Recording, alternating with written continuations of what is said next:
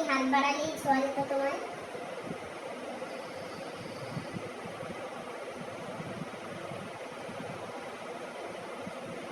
তোমায় তারপর চিহ্ন ইয়েস সব বলছি।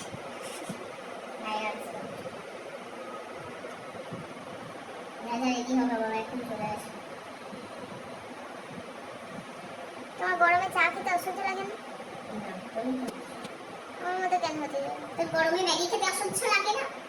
না তো, আমার চা নিয়ে পড়েছে। তো গরমে কে চা খায় বলো? আমি খাই, আমি আমার ম্যাগির সাথে তোমার কি সম্পর্ক? পড়া কর, কপালে অনেক কষ্ট।